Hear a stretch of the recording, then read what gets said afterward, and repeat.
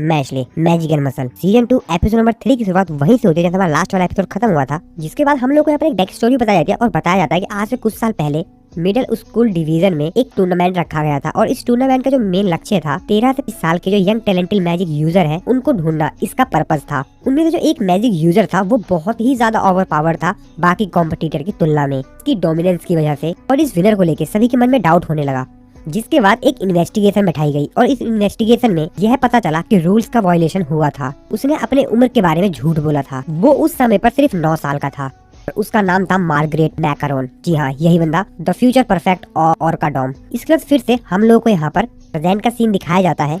Margaret कहता है कि मैंने सोचा नहीं था कि मैं मैश बर्नर्ड को फेस करूंगा, साथ ही में हमारे स्कूल का जो डिवाइन विजनरी है उसको भी, लेकिन तुम एक पावरलेस विनर हो। और ऐसा कहते ही यहाँ पर जो अपना म्यूजिकल इंस्ट्रूमेंट होता है उसको बजाने लगता है और मैं सिर्फ प्योर स्ट्रेंथ को ढूंढ रहा हूँ और मेरे को लगता है जो तुम्हारी पोजीशन है, मैं यहाँ पर काफी ज्यादा आश्चर्य हूँ कि हम दोनों में से कौन ताकतवर है। और ऐसा कहते ही उसके ऊपर एक अटैक कर देता है और दूसरी तरफ हम लोग यहाँ पर मैश और उसके साथियों को देखते हैं जो कि अभी भी यहाँ पर मैश के फादर के घर पे होते हैं और वहाँ पर अपनी गेम खेल रहे होते हैं। और गेम में थोड़ी बहुत मौज मस्ती करने के बाद वो लोग आपस में बात करने लगते हैं और इस तरफ रेन और यहाँ पर जो मार्गरेट होता है उनके बीच में फाइट स्टार्ट हो जाती है। वो रेन के ऊपर अपने साउंड से यहाँ पर अटैक करता है, जिसका साउंड सुनने के बाद रेन अपने मन में सोचते हुए कहता है कि इसकी जो चिल्लाने की आवाज है ये मेरा दिमाग खराब कर रही है। रेन भी उसके अटैक के जवाब में उसके ऊपर अटैक करने वाला होता है, लेकिन तभी मार्गरेट बोलता है कि अगर मैं तुम्हारी जगह होता तो मैं अटैक नहीं करता, क्योंकि हम दोनों का अटैक जब एक दूसरे से टकराएगा तो बहुत बड़ा धमाका होगा।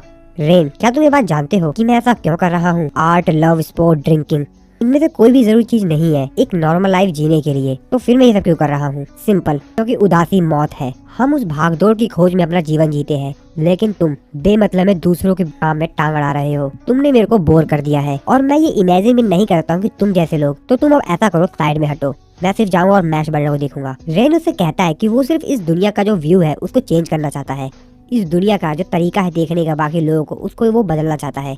मार्गरेट भी यहाँ पर रेन को ही देखते हुए कहता है कि यार इसका मूड बदल रहा है क्या? दूसरी तरफ हम लोग नैरे को देखते हैं कि हेडमास्टर के पास जाता है और सारी सिचुएशन बताता है। नैरे हेडमास्टर को बताता है मार्गरेट मैकरोन और लॉर्ड रेन उन दोनों के बीच में फाइट हो रही है। हेडमास्टर कहता है अच्छा ये बात है, लेकिन रेन भी यहाँ पर मानेगा नहीं। लेकिन जहाँ तक मेरे को पता है हरदम दूसरों की केयर करता है। जिसके बाद हेडमास्टर नैरे से पूछते हैं कि नैरे, क्या तुमको यहाँ पर मार्स के बारे में पता है? तुम क्या जानते हो मार्स के बारे में? नैरे उनको बताता है जहाँ तक मेरे को पता है लाइन्स जैसे जैसे इंक्रीज होती है तो यूजर की पावर जो होती है वो भी यहाँ पर बढ़ती जाती है। मास्टर बताते हैं कि एस्टर्न जो स्कूल है वो काफी ज्यादा पुराना है। हम लोगों के पास बहुत सारे डबल लाइनर हैं, लेकिन बहुत ही कम ऐसी संख्या है हम लोगों के पास जो कि ट्रिपल लाइनर्स हैं। और जिन लोगों के पास 3 लाइन्स होती है उनको गॉड चुनते हैं। और अब तक का 3 लाइन हासिल करने वाला सबसे कम उम्र का जो बच्चा है वो है रेन एम्स। इस तरफ हम लोग रेन को देखते हैं। मार्गरेट से कहता है और मैं ये मेक श्योर करूंगा कि जो बच्चा है वो जितना दूर हो सकता है उतना दूर चला जाए। तो रेन यहाँ पर मैच की बात कर रहा होता है। इस तरह मैच और मैच के दोस्तों देखते हैं जो कि आपसे बात कर रहे होते हैं। तभी मैच उन लोगों से बोलता है कि तुम लोग यहाँ पर वेट करो, मैं भी आता हूँ, और वो वहाँ से ऐसा करके बाहर चला जाता है। मैच के वहाँ से जाने के बाद यहाँ पर जो चारों दोस्त होते हैं वहाँ पे बात करते हैं। डॉट कहता है वो कूल है लेकिन वो यहाँ पर अंदर भी तो खा सकता था ना। फिन कहता है यार वो बहुत ज्यादा इनोसेंट है इन सब चीजों में। इस पे लेमन कहती है अगर मैं उसकी जगह होती तो मैं पूरी सोसाइटी को ही ब्लेम करती। और इस तरफ हम लोग मैच को देखते हैं जो कि बहुत ज्यादा तेजी से बाहर भागते जाता है। एक जगह रुक कर कहता है चलो अब मैं यहाँ रुक जाता हूँ क्योंकि मेरे को यहाँ पर ढूंढ नहीं पाएगा, और क्रीम पफ निकालता है। तो एक्चुअली वो यहाँ पर इधर क्रीम पफ खाने के लिए आया होता है। और इस तरफ रेन मार्गरेट की फाइट चल रही होती है और मैश इन दोनों से थोड़ी सी दूर पर ही अपना क्रीम पफ खा रहा होता है। मार्गरेट जो होता है वो रेन से कहता है कि ट्रिपल लाइनर जो होते हैं टैलेंट होता है वो गॉड गिफ्टेड होता है, और मेरी उम्र में कोई यहाँ पर इस तरीके से इस लेवल पे पहुंच जाए मेरे को काफी ज्यादा बढ़िया लगेगा। मैश भी यहाँ पर आ जाता है और छुपकर इन लोगों की बातें सुन रहा होता है। इन दोनों के बीच में आपस में थोड़ी और बातचीत होती है। जिसके बाद रेन कहता है कि जिस बच्चे को तुम ढूंढ रहे हो यानी कि मैश बर्नर्ड को, वो मैजिक का इस्तेमाल नहीं कर सकता है।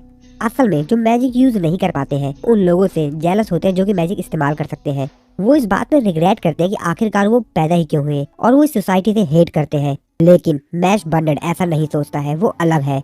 मैश अपने ही फेट के अगेंस्ट फाइट करता है, वो अपने आप से ही लड़ता है। शायद तुम इसको समझ पाओगे। जिसके बाद मैग्नेट को कहता है कि वाह कितनी अच्छी स्पीसी तुमने, मैं इसकी परवाह नहीं करता हूँ। मार्गरेट के पीछे खड़े जो उसके साथी होते हैं तो एक बंदा होता है अपने मन में सोचते हुए कहता है कि इनका जो कॉन्फिडेंट है ट्रिपल लाइनर को फेस करने का वो तो कुछ अनोखा ही है। अभी भी यहाँ पर जो मार्गरेट का हॉलिंग साउंड होता है ट्रेन के चारों तरफ लगा हुआ होता है। मार्गरेट अपने यहाँ पर जो हॉलिंग साउंड होता है उसको और ज्यादा तेजी से बढ़ा देता है। रेन से कहता है कि अब तुम यहाँ पर कास्ट कर सकते हो, चेक करो।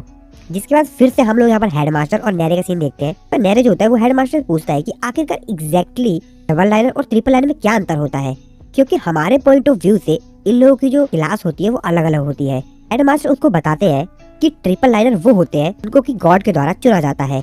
हालांकि यहाँ पर उनके पास डबल लाइनर से ज्यादा पावर होती है, लेकिन ऐसी चीज है कि बहुत ज्यादा कठिन है जो कि वो लोग कर सकते हैं, और वो ये है कि उनकी जो छड़ी होती है वेंड्स, उसको वो लोग अवेकन कर सकते हैं उसके ट्रू फॉर्म में। हेडमास्टर कहते हैं कि हाँ, ऐसा कहा जाता है, ऐसी एक गिफ्ट है जो कि हम लोग को गॉड से मिला है।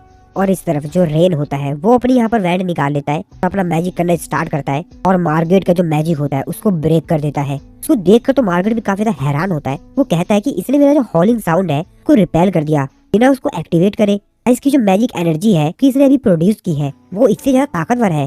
साथ में यहाँ पर जो हेडमास्टर होते हैं बता रहे होते हैं क्योंकि जो ट्रू फॉर्म है उसका मतलब ये है कि वो लोग समन कर सकते हैं गॉड ऑफ वार को, और वो अपनी वैंड के अंदर गॉड की जो स्ट्रेंथ है उसको बुला सकते हैं। जिसको देखकर यहाँ पर मार्गरेट होता है वो तो काफी ज्यादा हैरान हो जाता है। वो कहता है कि इसकी जो जादू की छड़ी है ये यहाँ पर अपना फॉर्म चेंज कर चुकी है, ये है सॉर्ड केन the divine visionary of war. रेन भी उसको बड़े ही आराम से कहता है कि चेकमेट, और अपने जादू का इस्तेमाल करके उसके ऊपर एक बहुत बड़ा अटैक करता है। इसको देख के मार्गरेट की तो हालत खराब हो जाती है। वैसे मार्गरेट अपना मैजिक का इस्तेमाल करके रेन के इस अटैक से बचने को ही करता है, लेकिन ऐसा हो नहीं पाता। रेन का ये अटैक बहुत ज्यादा पावरफुल होता है, उसकी हालत खराब कर देता है। उसके बाद पीछे से मैश आता है और रेन को थैंक्स बोलता है और कहता है कि शायद मेरे को तुमको थैंक्स बोलना चाहिए। जिसपे रेन तो कहता है किस बात के लिए, और मैं तो कुछ बनीज के साथ बस जंगल में खेल रहा था। तो कहता है कि अच्छा तो तुम बनीज के फैन हो। रेन मैश को कहता है कि सिलेक्शन एग्जाम आने वाला है और लोगों को मैं एनकरेजिंग करने में उतना अच्छा नहीं हूँ, और अपने चैलेंज से और दुनिया को दिखाओ तुम क्या कर सकते हो। दुनिया उस चीज को पसंद करेगी जो कि उन्होंने इससे पहले कभी नहीं देखा, तो तुमको जीतना ही होगा। मेरी इस बात को याद रखना। वैसे मैं कुछ बनीज को यहाँ पर देखभाल करने के लिए जा रहा हूँ। जिसपे मैश को कहता है कि मैं जानता हूँ कि तुम बनीज को पसंद करते हो। मार्गरेट बेचारा भी यहाँ पर खड़ा हो गया होता है। उसके साथ जो साथी होते हैं उन लोगों की तो हालत खराब हो गई होती है, लेकिन मार्गरेट यहाँ पर बच गया होता है। मार्गरेट कहता है कि मैं अगली बार उसके ऊपर अपने जो सेकंड स्पेल है उसका इस्तेमाल करूंगा, और मेरे को विश्वास है मैंने जो सबसे बेहतरीन है उसको बचा के रखा अंत के लिए। इसके बाद हम लोग यहाँ पर मैश और उसके फादर को देखते हैं जो कि आपसे कुछ बातें कर रहे होते हैं। मैश के फादर उसको बोलते हैं कि मैंने सुना कि उन लोगों ने पता लगा लिया है कि तुम मैजिक का इस्तेमाल नहीं कर सकते हो, और इस क्राइम के लिए तुमको पनिशमेंट दी जाएगी अगर तुम उनकी डिमांड को पूरा नहीं कर पाते हो। तो मैश के फादर अपने आप को ही कोसते हैं कि मैं तुमको एक बेहतरीन लाइफ नहीं दे पाया, मैं तुमको एक नॉर्मल लाइफ भी नहीं दे पाया, शायद सब कुछ मेरी गलती है। जिसपे मैश उसको कहता है कि नहीं, मैं खुश हूँ, मेरे को यहाँ पर स्कूल एक्सपीरियंस करने को मिला, चाहे वो थोड़े समय के लिए मिला हो। मेरे को काफी अच्छे बेहतरीन फ्रेंड्स मिले और मेरे को काफी ज्यादा क्रीम पॉप खाने को मिला। मैं काफी ज्यादा खुश हूँ पॉप, और अपने फादर को थैंक्स बोलता है। जिसके बाद उसके फादर भी खुश हो जाते हैं और उसको बोलते हैं ठीक है जल्दी आना। के बाद हम लोग को बताया जाता है कि डिवाइन विजनरी बनने के लिए यहाँ पर 3 स्टेज को पार करना पड़ता है। पहला स्टेज कॉइन को इकट्ठा करना, दूसरा स्टेज कैंडिडेट सिलेक्शन एग्जाम को पास करना, और third divine visionary elect final exam को भी पास करना। सेकंड स्टेज में जाने के लिए पहला स्टेज को पूरा करना जरूरी है, जिसमें आपको 5 या उससे ज्यादा गोल्ड कॉइंस इकट्ठे करने होंगे। लेकिन जैसा कि इनोसेंट जीरो ने प्रिजन को ब्रेक कर दिया और इसकी वजह से जल्द से जल्द एग्जाम करवाया जा रहा है, और इसीलिए अगर सिर्फ आपके पास 3 कॉइंस भी हैं तो भी आप इस एग्जाम के लिए क्वालिफाई कर जाएंगे। और इसी के साथ हमारा ये वाला जो एपिसोड है यहाँ पर खत्म हो जाता है। अगले सीन में हम लोग देखेंगे कि इनका एग्जाम कैसे होता है, क्या होगा उस एग्जाम में। तो नेक्स्ट वीडियो को देखने के लिए अगर चैनल को सब्सक्राइब नहीं किया तो सब्सक्राइब जरूर से कर देना, वीडियो को लाइक कर देना। मिलता हूँ नेक्स्ट